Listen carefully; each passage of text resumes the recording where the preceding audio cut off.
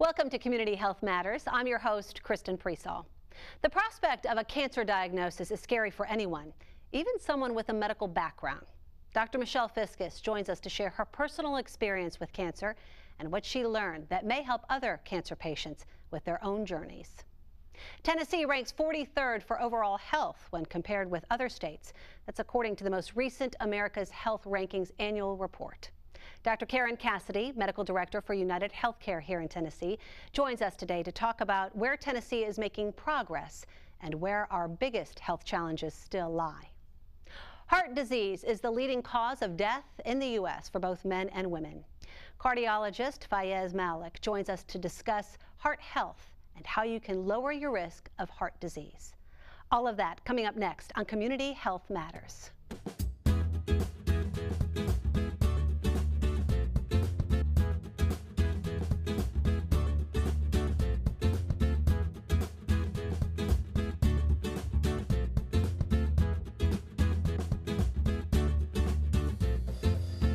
Did you know you can help reduce your risk of breast cancer by maintaining a healthy weight, being physically active, and limiting how much alcohol you drink?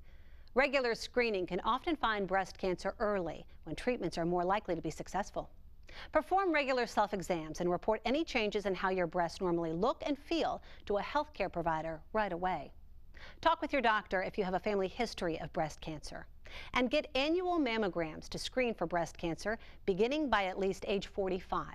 For more information about breast and other cancers, visit cancer.org.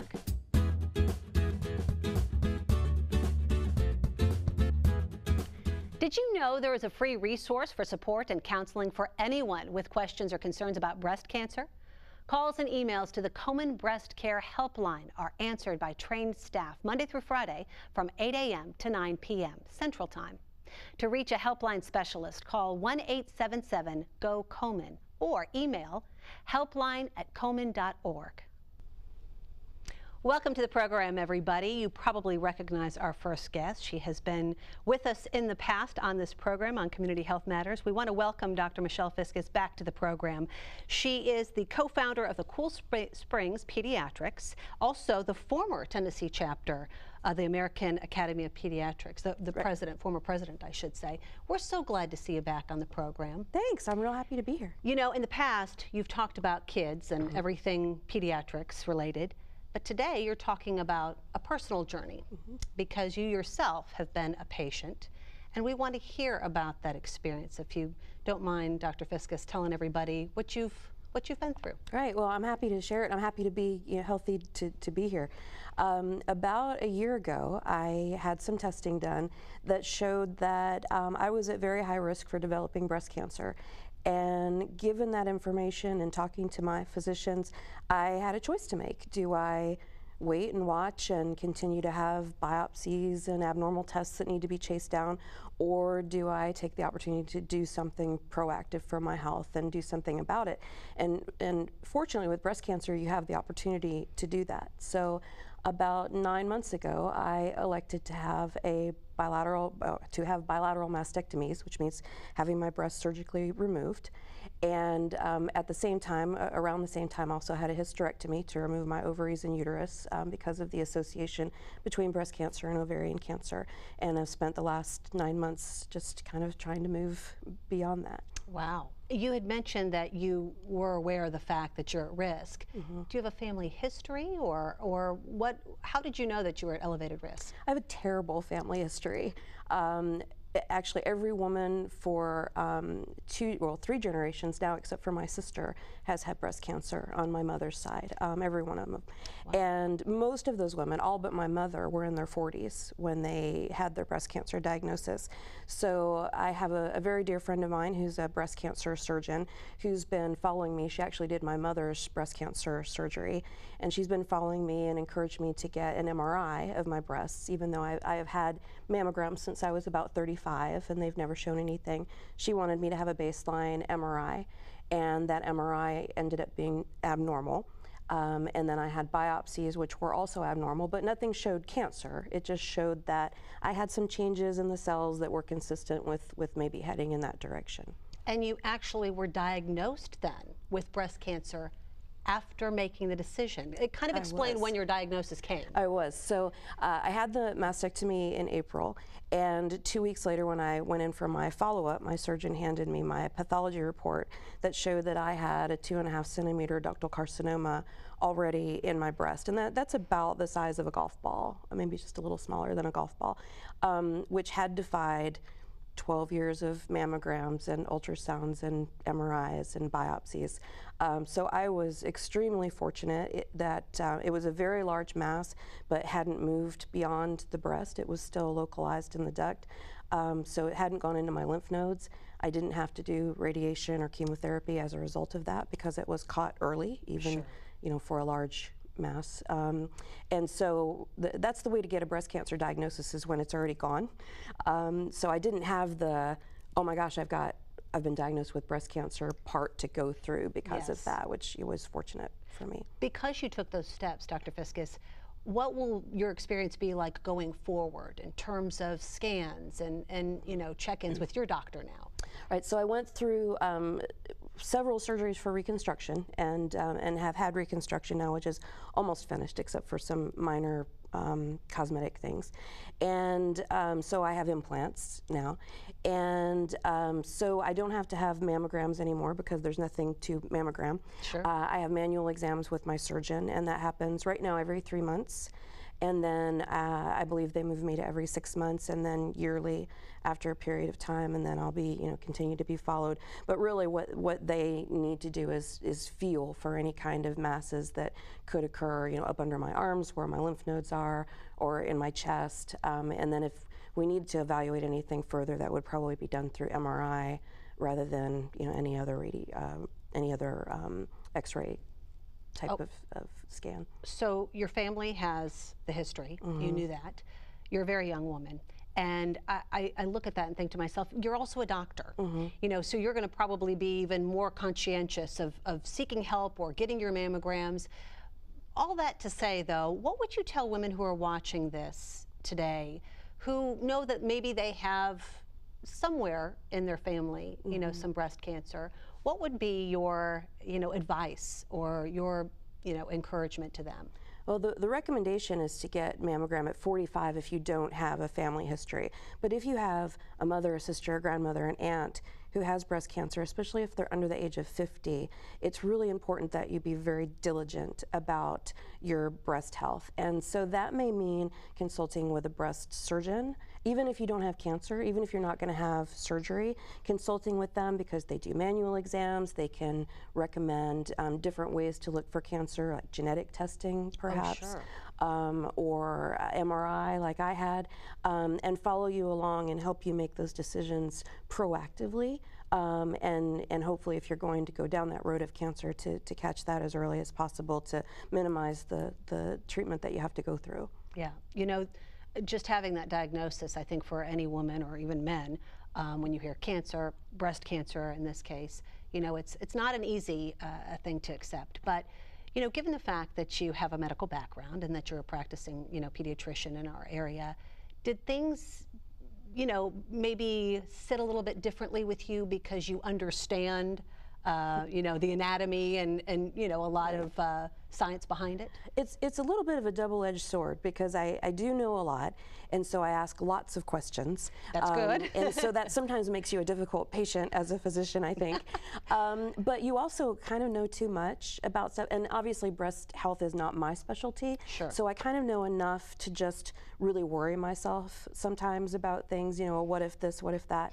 I certainly am a good advocator for myself and for my own health, and just as I advocate for the children that I care for, I've learned to do that and to ask the questions so that I can make the right decisions about where my path is going to go. Also, given the fact that you were a doctor, was it easier to not convince, but to have an open and honest conversation with your doctor to say, listen, this is in my family. I feel it necessary to take these measurements and these precautions and go ahead and have this elective surgery. Was that an easier conversation to have as opposed to somebody who's out there listening who might feel a little nervous to have that?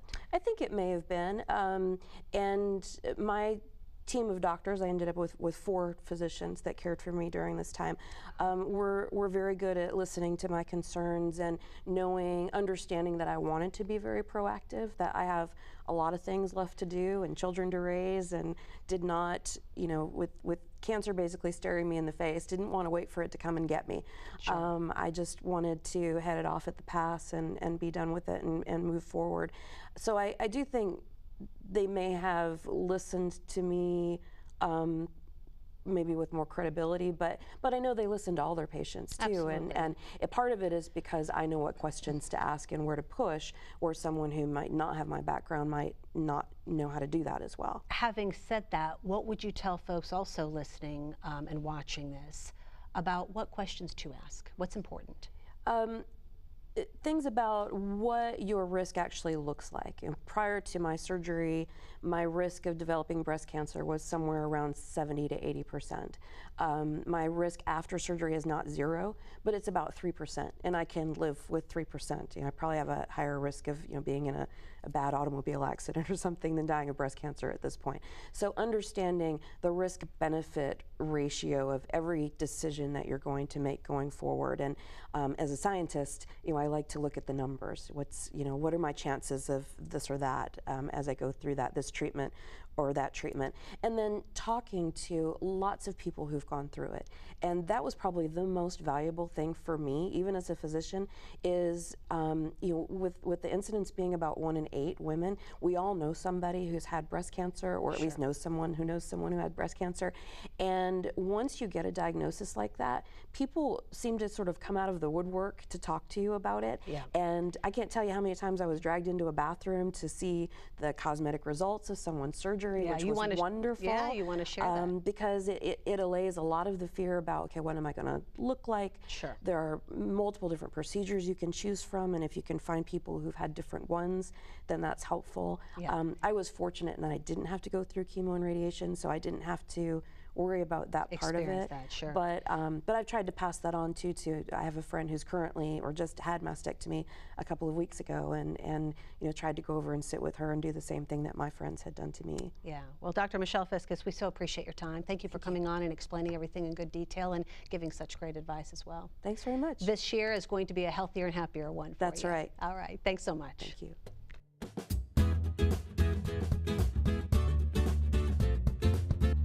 Did you know Tennessee ranked 43rd for overall health when compared to other states in the 2015 America's Health Rankings? We can each take steps to improve Tennessee's overall health, such as moving more to increase our activity level, eating a balanced, nutritious diet for a healthy weight, giving up smoking and other tobacco products, seeing a doctor for regular health and dental checkups, and keeping up to date on immunizations. For more information on America's Health Rankings, just visit americashealthrankings.org. Welcome back, everybody. On occasion, you'll hear of how your state in which you live ranks overall as far as our health is concerned. Well, that's what we're going to be talking about in this segment right now. I want to welcome to the program Dr. Cassidy. She's the medical director with UnitedHealthcare Tennessee. So nice to have you on the program. It's good to be here. Great to meet you. We were talking a little bit beforehand, but just so that you all know, here as of late, Tennessee was noted as ranking 43rd for overall health, and this is by the America's Health Rankings annual report. So we're hoping that you might be able to enlighten us all on exactly what that means and how Tennessee's doing, and just kind of where we stand. But first, if you can kind of tell us about the report itself. Sure. So this is actually the 26th year of the American Health Rankings, and it's a report that's put out by the United Health group, and it is a state-by-state ranking on many health measures to really help give actionable data to states so they can look at places that they need to improve. Okay, and the last one that we're talking about actually was just released in December. Correct, in 2015. December. So this is the 2015 ranking, and Tennessee was 43rd, which, we're in the bottom third, not where we want to be. There's work to do, but we had improvement. So we were 45 in 2014. So we have steadily improved, and even though there's work to do, I think we need to feel good about moving up the ranks this year. As I was saying, some people hear of this kind of thing, or maybe you might hear about it in the news, read it on an article online, or even in the paper. should we be putting a lot of stock in these numbers? I mean, should it open our eyes and just say, what can I do as a resident of the state to be able to improve our overall records? Right. So, I mean, I think hopefully this gives us goals or points to directions on things that we can work on. So, for instance, for Tennessee, things that we really struggle with, inactivity has been a big issue for Tennesseans. Obesity has been a big issue for Tennesseans. And I think, you know, the story of Tennessee is improvement, but need to continue to improve. And that's what we see in both those areas. So where we used to have 37% of Tennesseans saying they were inactive, we've gotten down to 20, it's actually almost 27, so I'll call it 27%. You know, great, significant improvement, but still 1 in 4 Tennesseans that aren't listing themselves as being active. So need for improvement. Obesity, similar, where we see improvement, we still have a third of adult Tennesseans who are obese or overweight. So, you know, a need to move those numbers and continue to make improvement. And then I do pediatrics also, so I think important not to forget the kids. And, you know, infant mortality was one of those issues that we really, in the state of Tennessee, need to continue to work on. We did see improvement. It used to be 7.3 infants in 1,000 would die before their first birthday in the state of Tennessee. That's down to 7 in 1,000. So small improvements, something we continue to need to work on, though. Yeah. So, I mean, Tennessee is faced with the challenge of being closer in the South where we like our good food and all that type of thing. But as far as being inactive, we don't want to go in the wrong direction. Right. Can you kind of give, and this is, you know, different from the information we'll continue to discuss, but Dr. Cassidy, can you tell folks maybe just a way to improve their health with activity in general? I mean, what's some things simple things that people can keep in mind? Yeah, I mean, even just getting out and walking, you know, you don't have to run a marathon, right? Sure. So small changes over time can make a big difference. And with the weight loss piece, you know, if you're walking more, if you're trying to eat more fruits and vegetables, even losing just 10% of your body weight makes a huge difference in your health status. Sure. So really just small changes over time really add up. And I think if we all can just make that start, and right, January is the time we all do that, right? I think that would be great.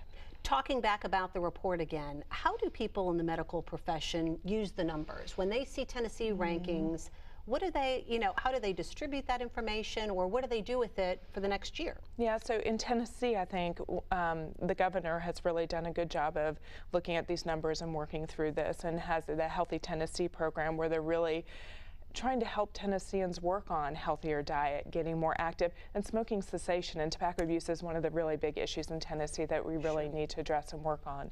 And then United, as a carrier, we're really trying to do our part. So we talked about the pediatric issues, the Baby Step Baby Blocks program.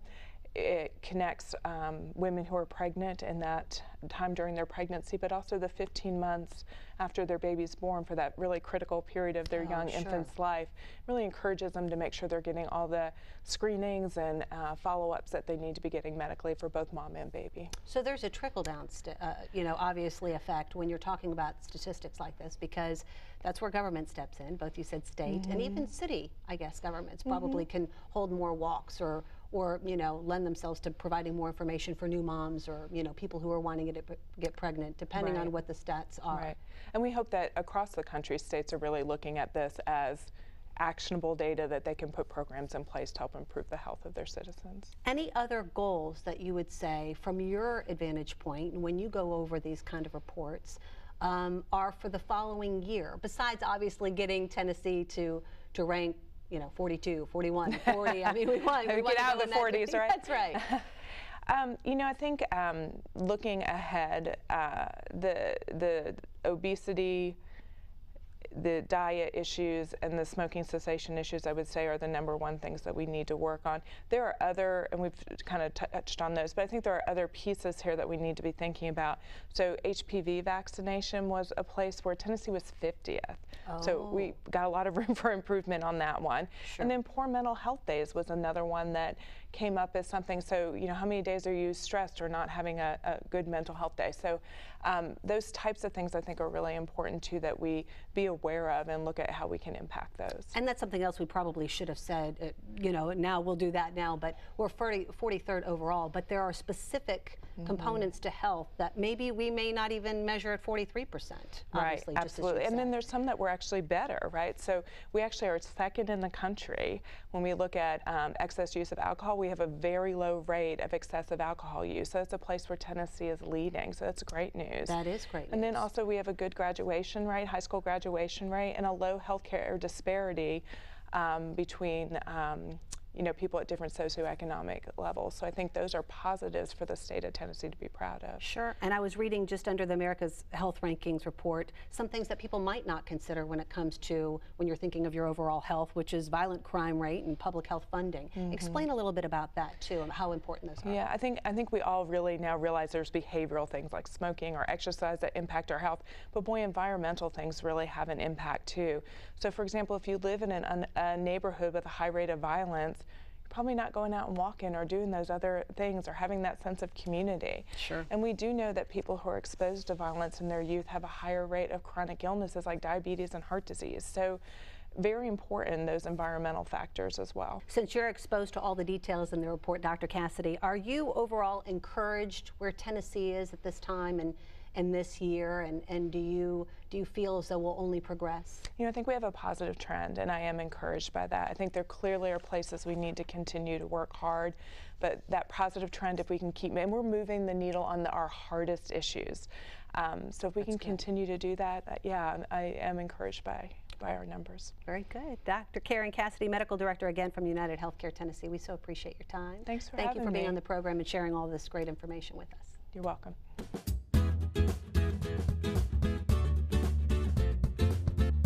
Did you know heart disease is the leading cause of death for men and women in the United States? But heart disease can often be prevented when people make healthy choices and manage their heart conditions. To lower your risk, watch your weight. Quit smoking and avoid secondhand smoke. Control your cholesterol and blood pressure.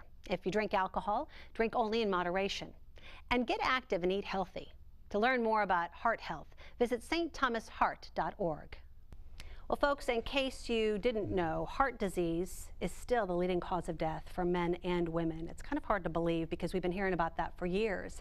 And in case you're not aware of that, you want to listen to this segment because we're going to be talking about exactly what heart disease is and how you can keep it from happening to you or a loved one. And joining me today to talk about that is Dr. Fayaz Malik. He is with St. Thomas in Rutherford County. So nice to have you here with us. Thank you for having me. He's a cardiologist who's been here for several months now, and we welcome you to the community as well. Thank you so much. Appreciate it. For folks who don't know what heart disease is, Dr. Malik, go ahead and explain exactly, because people might confuse it with something else related to the heart. Sure. So heart disease, I mean, obviously that's a big category, but I think classically when you say heart disease, people think of the thing that's going to give you a heart attack, the blockage in the artery. True. But there's a whole lot of other things that cause heart disease. So valve problems.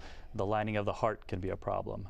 Electrical things like arrhythmias, palpitations, things like that.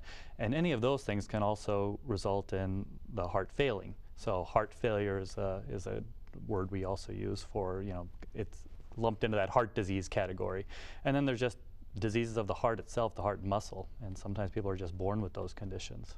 So for folks out there who are aging and wanting to keep in good health, what are some of the risk factors they should be aware of when we're talking about specifically heart disease? Sure. I like to lump those into those you can control and those you can't do anything about. Okay. So obviously, just normal aging, we can't do anything about getting older. So too bad, huh? Yeah, I know. The older we get, the more we're prone to heart disease.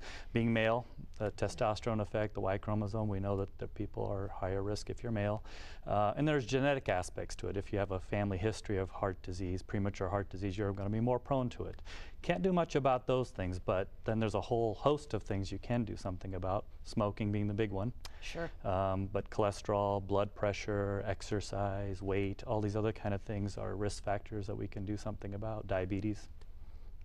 And those are things also that doctors, when you go to visit with your cardiologist or even your general doctor, you go in and get a physical, there's certain kind of testing that you go through at certain ages. Talk about some of those screenings or some of those tests that you might run on a certain patient who might be prone to heart disease. Sure. So, I mean, when you go to your primary care doctor, they're typically going to check your blood pressure, and oftentimes they'll get labs and see what your cholesterol is to kind of get a baseline assessment. Are you at risk for diabetes? Do you have high blood pressure? Do you smoke? They'll do these screening questions.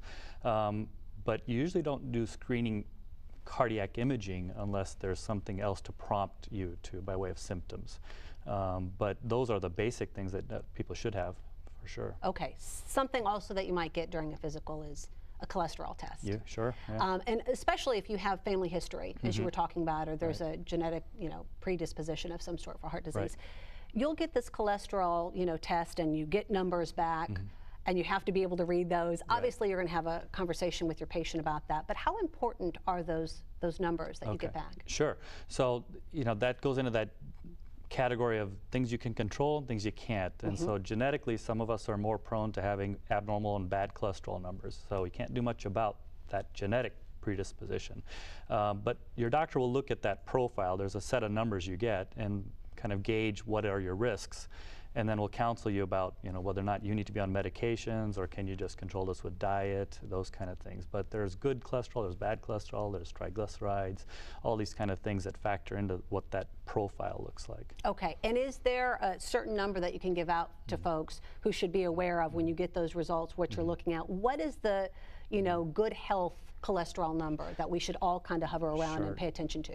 So in general, your total cholesterol, you want it to be lower than 200, the total cholesterol. Okay. Yeah.